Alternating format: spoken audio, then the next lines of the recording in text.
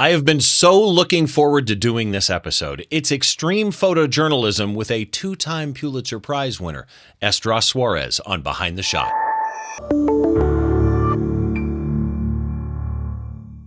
Once again, hi, I'm Steve Brazill, your host. This is the show where we try and get inside the mind of great photographers by taking a closer look behind one of their shots, from conception to completion and all those stories and challenges that happen in between. And as always, if you want to see the show notes for this episode, or for that matter, any episode of Behind the Shot, head on over to the website. It's behindtheshot.tv. While you are there, you can see all the ways that you can subscribe to the podcast.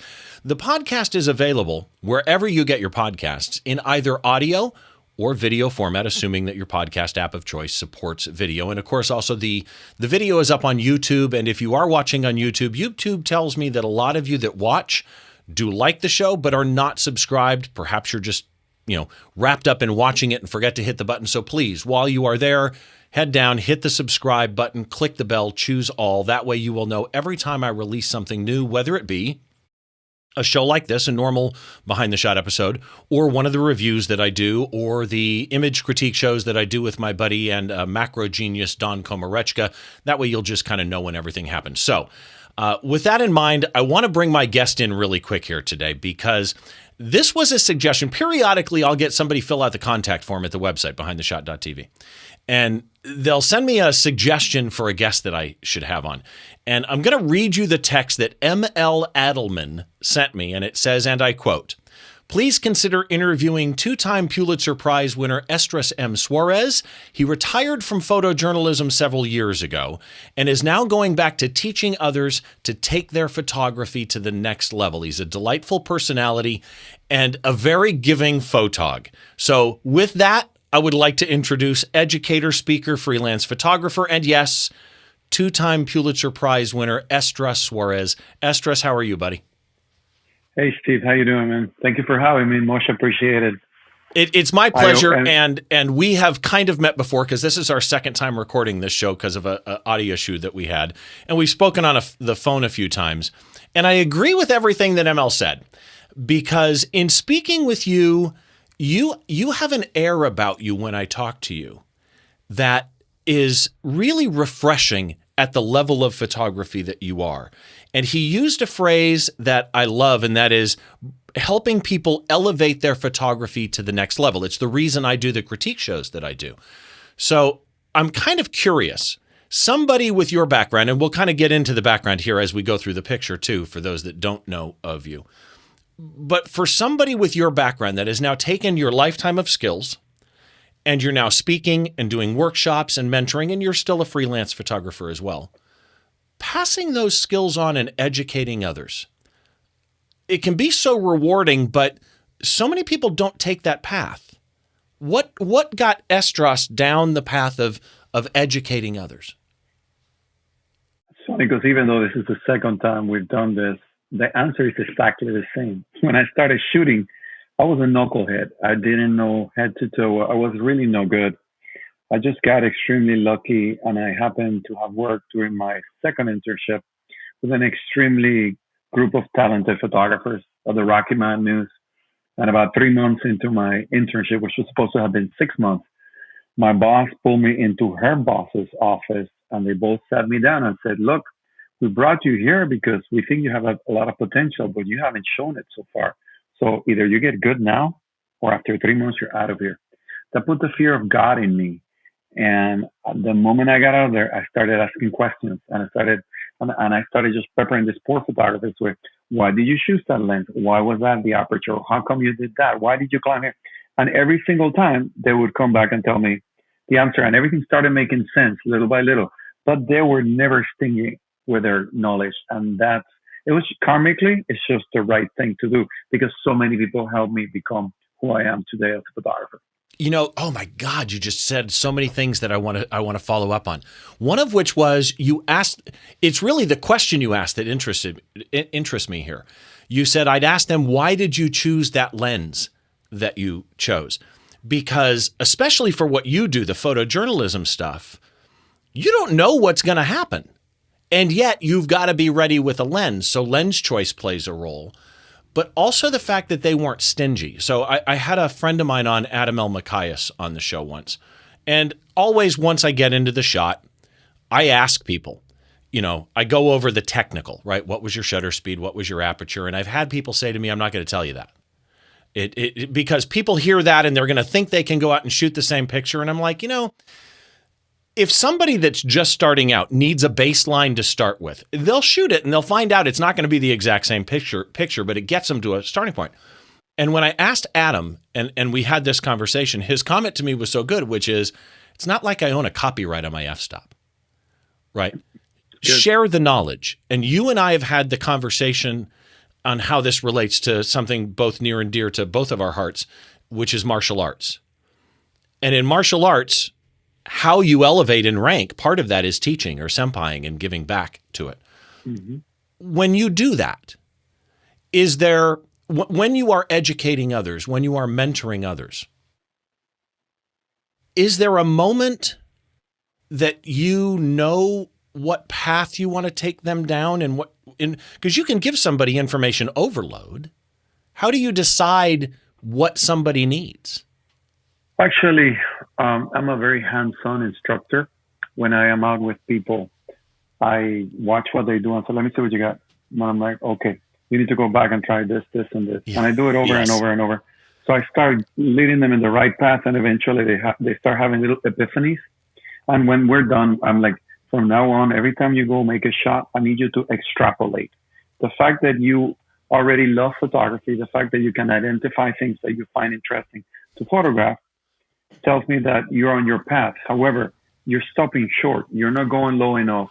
You're not juxtaposing enough. You're not climbing high enough. You're always stopping right before the great moment, the great composition. So from now on, do what you think you were supposed to do, but go beyond it. And have me in your shoulder saying, what would Essdras do? Because I will be there, and I will tell you when you didn't do it right, but I'll also tell you when you did do it right. You just reminded me, I was watching the season finale for American Idol last night, and it's that type of thing where a mentor on these reality shows will say, look, you started to go for that note, and you stopped before you hit it, and I know you can hit it. And I'm curious if you find this in your education space. People tend to stop a little bit short, but most of the time you can almost always push a little farther than what you think. Oh, always. Unless you're already a very well accomplished photographer. The way I feel it is, you're trying a suit, a perfect Armani suit that is made out of so many parts that eventually when it fits well, you don't even remember that you're wearing a suit. That's where you need to be in your photography. And people don't know exactly where to push and where to pull back.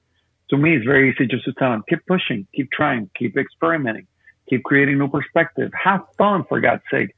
You started this whole journey of yours because you love photography. Most of my clients are senior citizens. So a lot of them, they say, oh, I used to love photography in my youth, and then life got in the way and I had to, now I'm back to it. So I'm like, you know what? We need to rekindle that love, that passion. Forget about all the technical stuff. Forget about all that. Forget about it. You can make a great photo with your phone. Yes, having good optics, good sensors help. But if you understand the basics of composition, your phone is a great tool. So just go a little bit further and forget about it.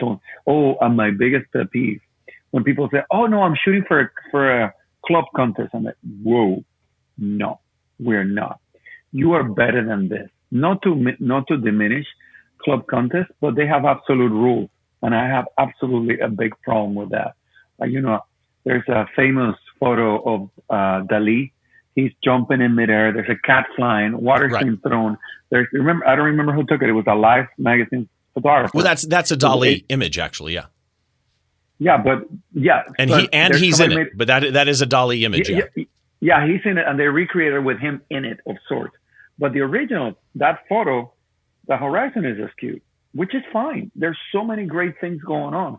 Yet I know so many camera clubs that would look at that photo and say, oh, horizon is not straight, move to the next. So I have issues with that. I'm a true believer that every photo needs to be judged by its own content and its own merit. Right. So yeah, and in my defense, there are times horizons need to be straight, right? No, by all means. By all means. But at the same Every time, single photo is different. The way I think of it is, at least in my belief, I think all creatives, and even those that are beginners to burned out, seasoned pros, we all have a voice. And when I say voice, I mean a creative voice. And I think the biggest, people say you have to find your own style, and I disagree with that. Style is how you edit. You have to find your own voice.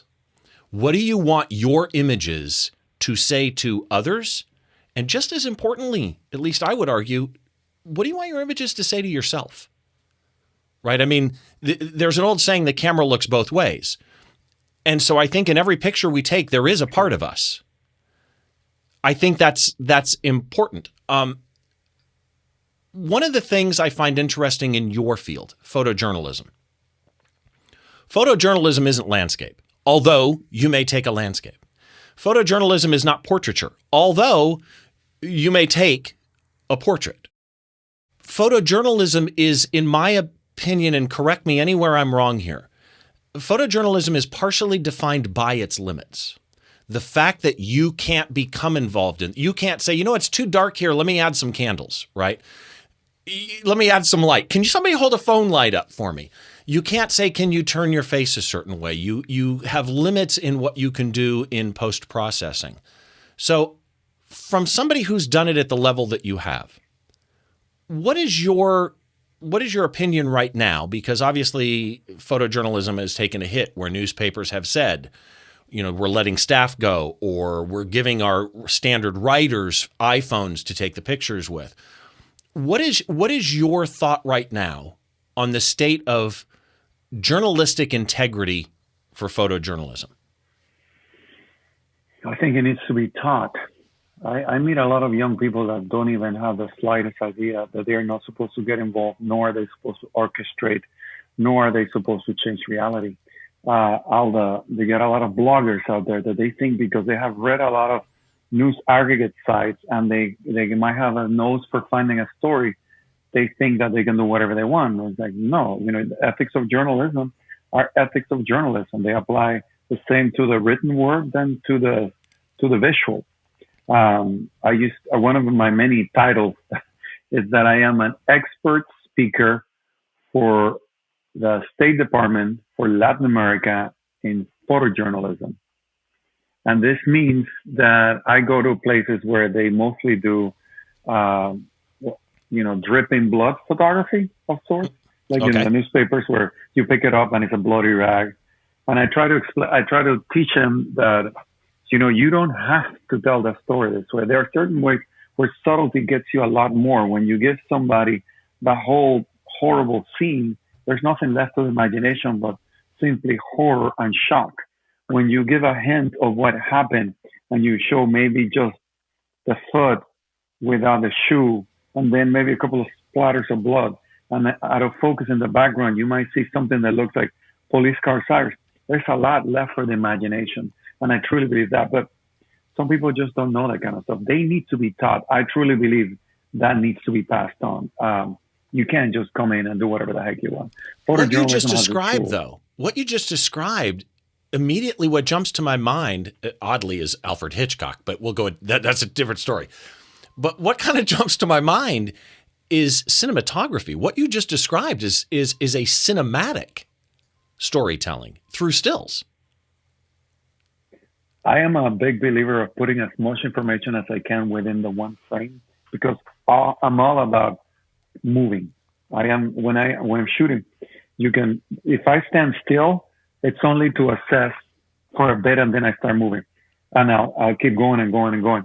But once I stop, I want you to be able to look at that photo and know the story right away. One frame, the whole story. Yeah, you get to read the caption, but I want to grab you. I want to tell you as much as I can of the scene in that one frame. So I'm always composing with my mind. And I'm a true believer that it's an art. It is an art. And this is going to sound very chauvinistic and outdated, and I'm going to apologize in advance because I don't mean anything as far as the sex. Only that the first time I heard this is a woman wearing lingerie is very, very sexy and enticing because there's a lot left for the imagination. A woman in the nude has its own beauty, but it's done. You've seen it all. Your mind doesn't want to get in. I mean, might want to get involved beyond that, but not in the same way. I like to give you tidbits of information so you feel compelled to fill in the blank.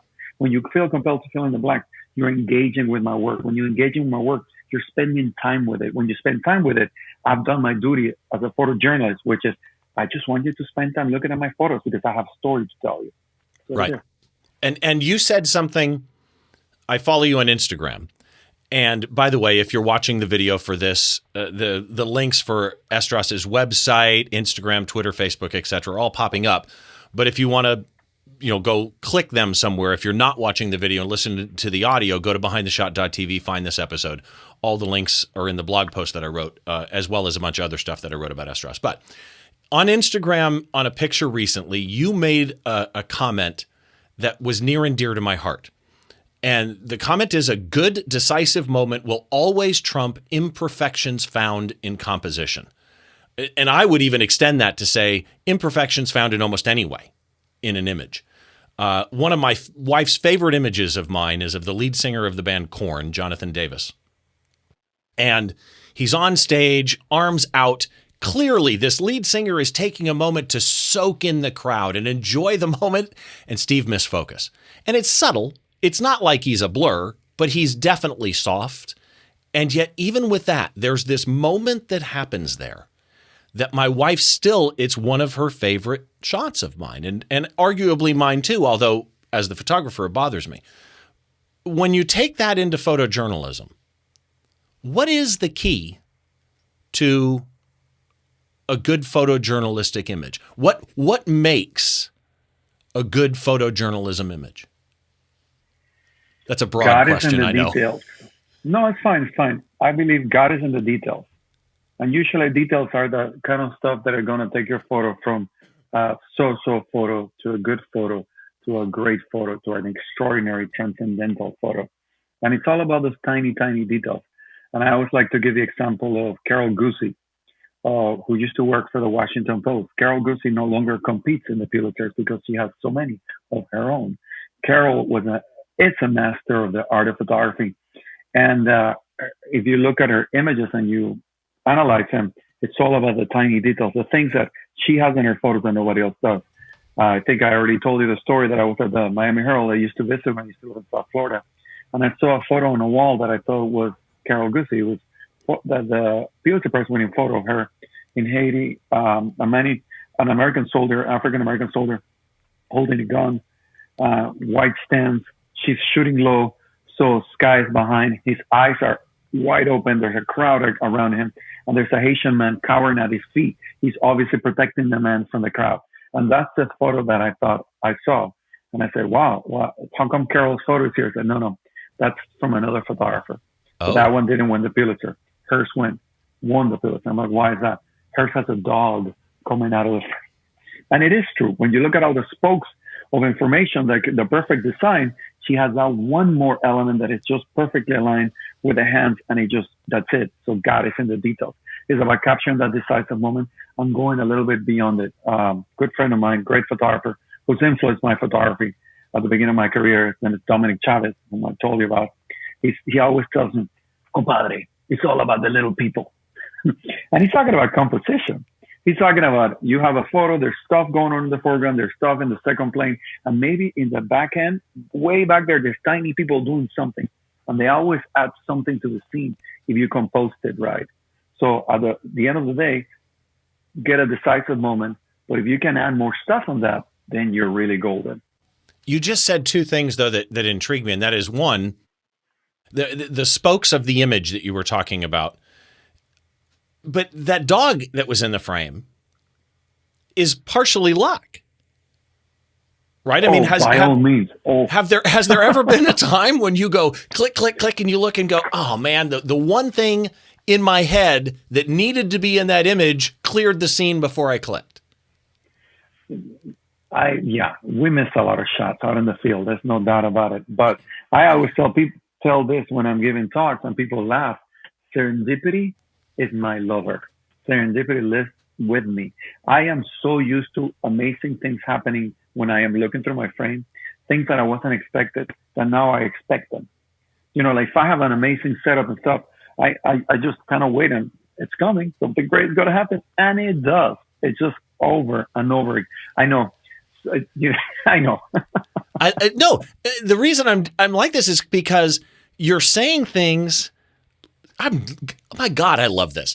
So you're saying things that when I used to DJ weddings, I DJ'd weddings for 18 years. And there was one wedding photographer, one out of all the wedding photographers that I worked with. And in these days, it was a Hossie, right? So looking down through the top viewfinder of a Hossie. Mm-hmm. And for like 15 minutes, he was curled up on his knees in the corner of the room, just looking down. And I went up to him and I went, I'm just not sure what's happening. And he goes, I'm waiting for the scene to frame itself.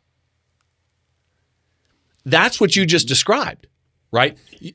Something's going to happen in front of me. Something's going to happen. You're waiting for the story to unfold as opposed to trying to force the frame that's there. And the other thing that you said when you were talking about your friend was you said, we were talking about the little people, and you said, there may be something on the second plane. And now you're talking, traditional landscape photography, really, which is where you have a foreground subject, a midground subject, and a background subject. Are you aware of that when you're doing photojournalism? Very much so.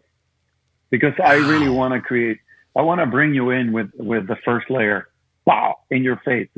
But then I want you involved. I want to, look at what's going on. Oh, look what's going on back there. I want people to look deeper and deeper into that photo. Again, because it always boils down to the more time people spend engaged with that photo, the better, most likely, the photo it is. So, right. Okay. So, which brings us, let's get into the photo, because when we were going back and forth and picking photos, and you sent me a pool of photos going, I think these would work as great discussions. And I'm flipping through the photos, and then this comes up. And literally, Steve went, what the hell?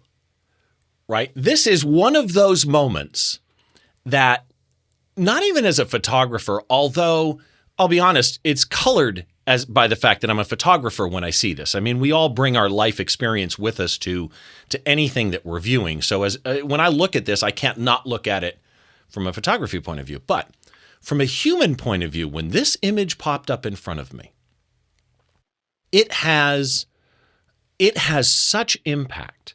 And you used a word when we were talking about it over email. You use the word tension. So for those of you that are listening on an audio feed, I'm going to do my best to try and describe this thing. I'm not going to lie. This may be the most difficult image that I've ever had to describe verbally. And part of the reason is exactly what Essdras just said. The layers of information that are in this shot, specifically just off the top of my head, there's 4 layers of information in this shot. So let me try and describe the scene for you, and close your eyes and transport with me to this moment, unless if you're driving. If you're driving, keep your eyes open. But the name of this shot is Islamic Fighter. And picture yourself in Gaza City surrounded by Islamic Jihadists. There's 5 that you can clearly see in the shot, although there's kind of a part of one that you can see out of the shot. So we'll call it 5/6 Islamic fighters. But here's the thing.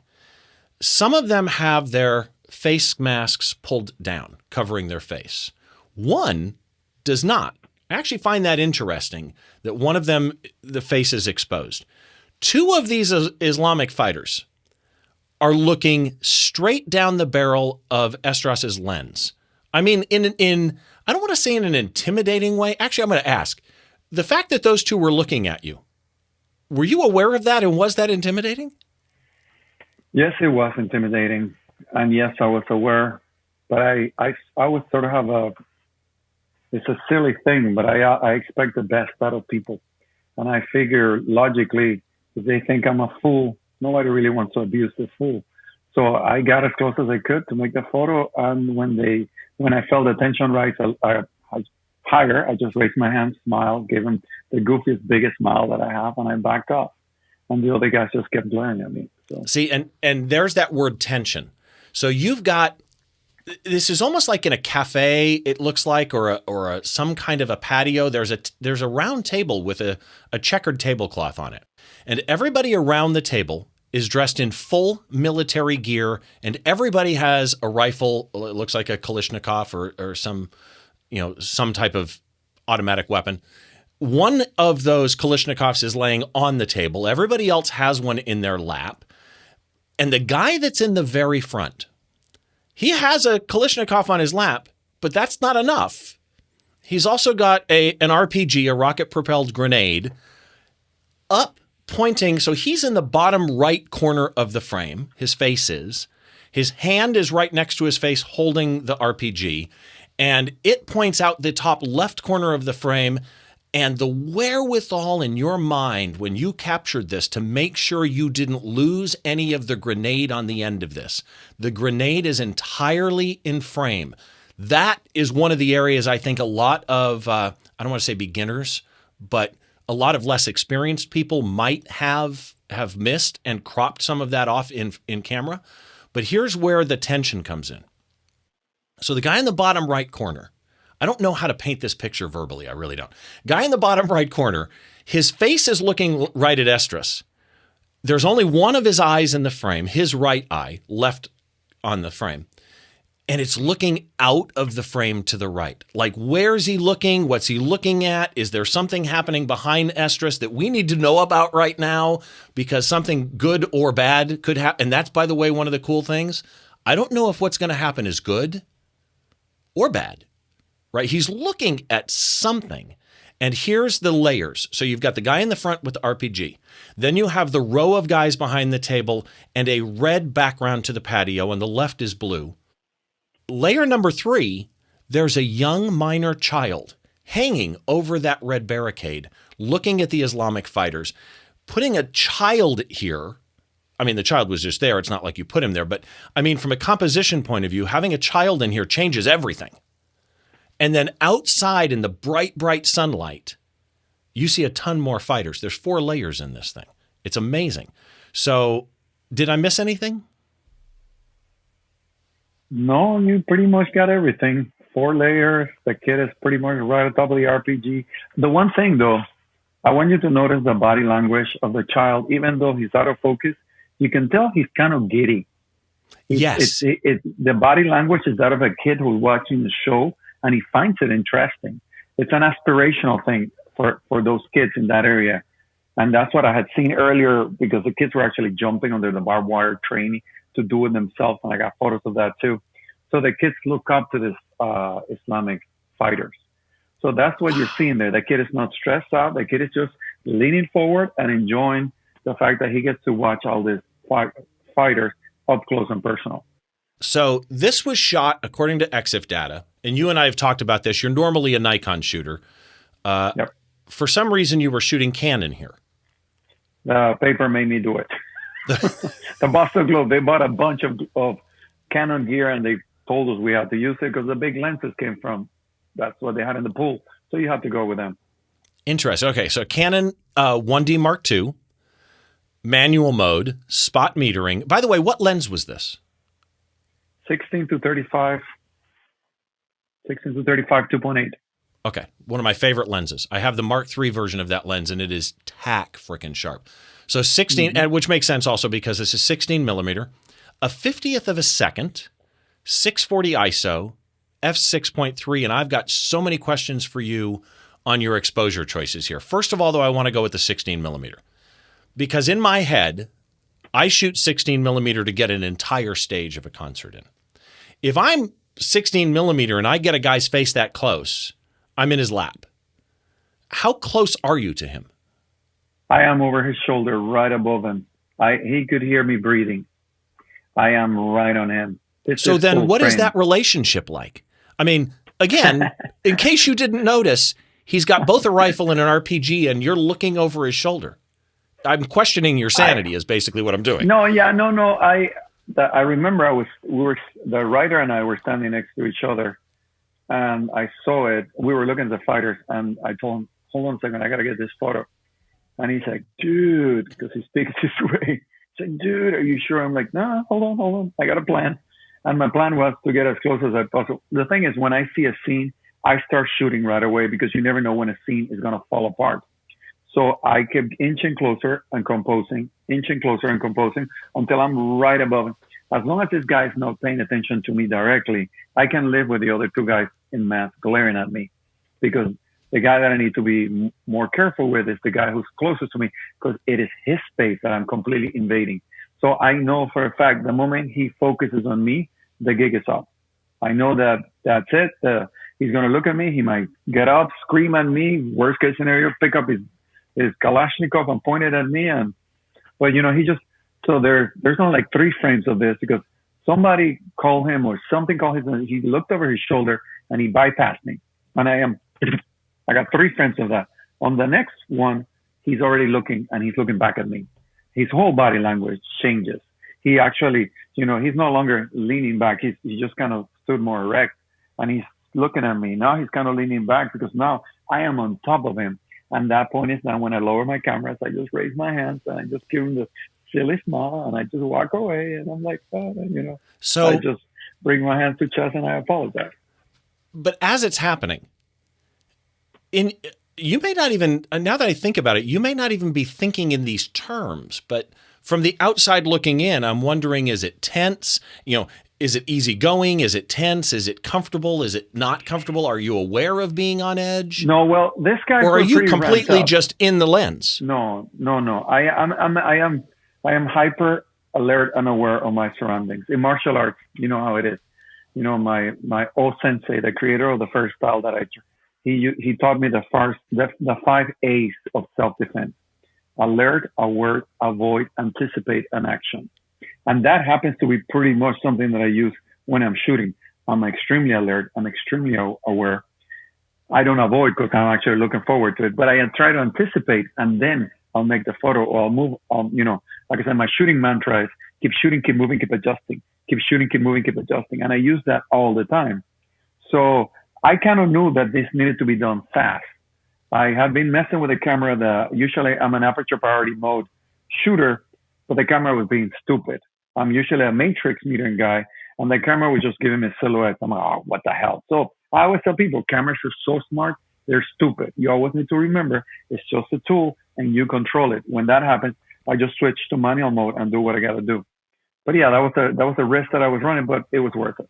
So you're talking manual versus aperture priority. See, and in my head, for this type of shooting, I totally get aperture priority, and I live in matrix mode, although that's partially because I shoot a 5D series, and unlike your beloved Nikons, the 5D series, if I move my focus point and I'm in spot metering, the spot metering stays at the center, which is a problem. With the 1D series you were shooting here, or a number of the Nikons, it will follow it. But one of the choices then that you're faced with your mantra of, keep shooting, keep adjusting, keep shooting, keep adjusting, is the lens that you have. Like we talked about before, you don't know what's going to happen ahead of time. So in this particular case, you're using a 16 to 35 2.8, but obviously you may have multiple bodies or you may have multiple lenses. What is your deciding factor for what lens choice you want to have loaded on your camera body, not knowing what's going to happen in front of you? That's simple. The formula is always the same, pretty much, no matter what I'm shooting. On my right arm, there will always be a camera with a wide-angle zoom. On my left arm, there will be a camera with a telephoto zoom. The one on the right will vary. If I'm using mirrorless, the Z series, it'll be a 14-30, 4.0 mirrorless. If it's the Nikon, the DSLR, D4, D5, I'm talking 17-35, 2.8. Okay. And on the left-hand side, there will always be the 70-200. Things are going to happen up close and things are going to happen afar. I am going to shoot first with a telephoto from very far away. Then I'm going to physically move myself as close as I can, possibly to the scene or to the subject matter. So, but I will play the scene. But I think those two lenses always give me a complete range, and I can pretty much deal with whatever comes my way. Shoot wide, shoot tight, shoot wide, shoot tight. Get both. Do you also shoot? Because I did look, and a number of your shots are portrait orientation, and a number are landscape. Do you tend to shoot every scene, both orientations too? No, to me that's more innate. Some things feel a certain way, some things feel the other way. Unless there's I don't go landscape unless there's something filling the frame on the right. I hate landscape compositions where it's heavy on the one side and there's emptiness on the other side. I'm like, okay, if I were a graphic designer, that is a great photo because look at all that space I just left in there. But it doesn't serve the purpose of me telling the story. I'm missing stuff there. So it's great if it's going to go in a magazine and they need to put copy on a 2-page spread. Yeah, and sometimes a good photo editor will tell you that. I say, we need you to leave a lot of space. So if you have an amazing scene in front of you and it's a Texas sky where there's it looks like it's about to start spitting out tornadoes and the clouds are dark and foreboding and loaded.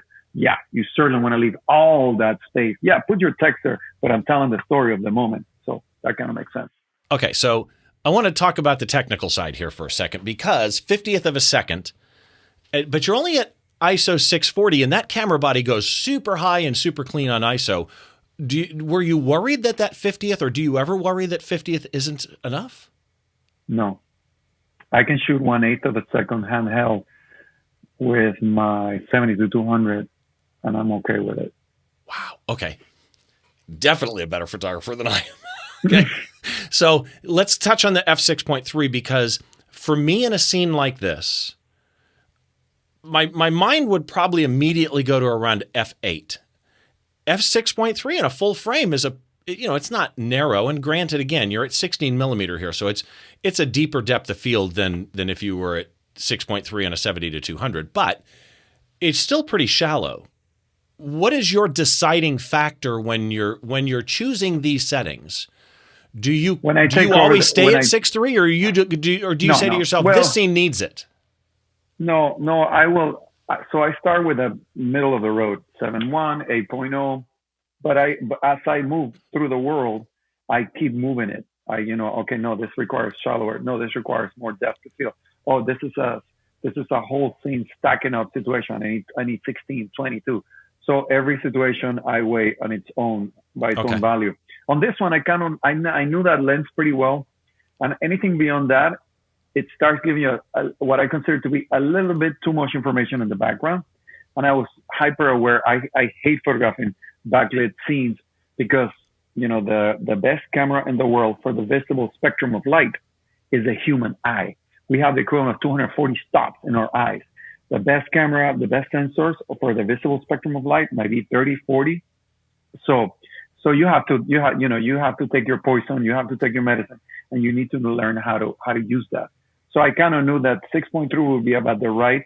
Okay, I need this guy definitely focused. The second layer in focus to a point. The kid starts going off, and I definitely need those people out there out of focus. And I need to overexpose a bit because I cannot loosen completely. So it's not a full overexposure just on this guy.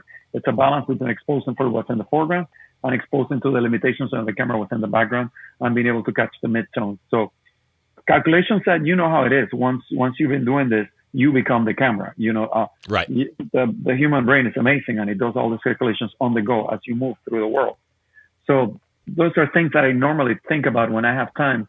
But when you are in a situation this tense, your adrenaline starts pumping and the world starts slowing down. So when normally I would have the time to think, okay, maybe I'll use a 6.3 and say slow. It's happening really fast in my mind, but I'm making calculations and I'm looking. I'm like, okay, this is the right thing. And there's only so much I could do after this because, like I said, the next frame, he looks at me and the whole thing just changes. And the photo is gone. The moment was gone. So at that point, I was already part of the scene. Well, that's one of the neat things in music photography. I tell people when they're trying to learn music photography, in my scenario, you're going to be in the dark. So you need to know your exposure triangle and your reciprocals without thought, right? You have to be able to just do it. You have to know that your camera is set to third stops of, whatever you're adjusting, shutter speed, whatever. So if I need to go a stop one way or the other, click, click, click, it's 3 clicks for me. And it becomes, like you say, it becomes just part of your body at this point. But the one thing I think go ahead. Oh, so one of the things that I like to tell people, and I think we've talked about this before, is that you need to become in Zen with your camera. The concept of Zen is extremely hard to define and to explain. If you need to talk about it, you're kind of missing the point. So I have to come up with a closer example, and it's the Zen of wearing pants. If you're wearing pants that are too baggy and you're having to pull them up all the time, you're not in Zen with your pants. If you're wearing pants that are so tight they're constricting your movement, then you're not in Zen with your pants. When you forget you're wearing your pants, now that's where you need to be. That's exactly what needs to happen with your camera. You can't be wasting time looking down and trying to figure stuff. Everything needs to happen right here in the and your fingers better be used to all those buttons and what they're doing. I got to start naming my episodes just that have nothing to do with the picture, because the title of this episode should be Zen with Your Pants. No question about it. So compositionally, this is the area I think so many photographers, I don't want to say fail, because again, there are compositional rules that are based on the historical painters, and there's a reason that they work and that we reiterate them over and over and over and over. Rule of thirds, rule of odds, horizon line, there's a number of things that we do because it's been proven over centuries that the human eye finds it pleasing or it leads you through a photo. But even with that, you can take leeway here and there. So I don't want to say it's wrong, but it's one of the areas I find a lot of photographers fall as far as making a successful image. And this image, I don't even know where to start with the way that this image lands on virtually every compositional rule I can think of. First of all, the round table. If you come off the circle of the round table, across the guys in the back, all the way to the guy in the front, that's a golden spiral or a Fibonacci spiral. You've got the guy in the back and the guy in the front line up on rule of thirds. You've got layers in the image. There are so many compositional hits that you did in this. So I guess my question is, under the conditions we've spoken about, are you hyper aware as well of your in-camera composition, or do you shoot wide? Because look, somebody could jump out of the frame really quick. Do you shoot wide and assume you'll crop in post? No, I'm always composing. One of the things that I was taught by my amazing editors back at the Rocky Mountain News was that you got to look at your edges. You got to look at your frame. So many times, young photographers get so caught up what's going on right smack in the middle. They cut off important pieces of information. So I compose, and I'm always doing micro adjustments to make sure that I get as much. And by that, I mean, I will be moving the camera just a bit up and down, side to side, but I'm also will physically be moving, swaying side to side to get that perfect composition. And it is true that I shoot on bursts. I think that when it comes to human beings, people move extremely fast within the frame. So, but you give yourself the most chances by moving and shooting. So when you hear me do, it's not that I got the same shot 3 times. There are 3 tiny variations that make all the difference there. And one of them is going to be the perfect one. Yeah, and sometimes with a burst, it could be literally just the eyes being open a different amount. Oh, yeah. Changes the story hands completely. About to come together or touching, the difference. Yeah, tiny things. So when it comes to post-production, first of all, what software do you use? Photomechanic and Photoshop. That's it. No Lightroom. I don't do batch processing of anything. I bought Lightroom. I tried it. It didn't seem intuitive for me, to the point that it sits on my toolbar, and I probably, to open it, would have to call them and say, hey, I bought this. Where's my key? Because I forgot where it is. I don't know. Photoshop, to me, it's fine. And Photomechanic is perfect for what I do. Okay, so I'm a Photomechanic fan. I've mentioned it on this show many, many times. But for those that don't know, because really I think what you do. Photomechanic is the photojournalistic tool, especially for sports photographers, because you have all kinds of codes that you can put in where you type one little thing and it populates it with the player's name, the player's number, the team, that type of thing. But for somebody that does what you do, explain why you use Photomechanic. To tell you the truth, just like in martial arts, I was first taught to punch and kick my way out of things. And that was great when I was young and fast and very powerful. That is until I started realizing there are people out there who would always be faster, more powerful than you. But the bottom line, you would always go back to your beginnings. And so if you put me amongst a bunch of people that are about to attack me, you get close to me, I'm going to punch you. Then I'm going to put you in a joint lock, and I might throw you over my shoulder, because that's the second style that I learned. Same thing with photography for me. I wanna have the feel of looking at a contact sheet, one frame at a time. So I actually blow up the photo full frame, and I go through the click, click, click, click, click, click, click, click, click, click, and and I can edit I can pick extremely fast. Like I mentioned before, I know for a fact it takes me about an hour and 40 minutes to edit go through 20,000 images because I've done it, and it's always the same result. I'm off by maybe 5 frames, so I pick by instinct. If I have any doubt, it's no good because the people looking at your photos will have that doubt exponentially over. So if I find it worth it taking a second look, I click and I'll come back to it. So it's tick, tick, tick, tack, tick, tick, tick, tick, tack, tack, tack, tack, tack. Well, and that's really where fast. Photo Mechanic is a winner because it pulls up previews so quickly.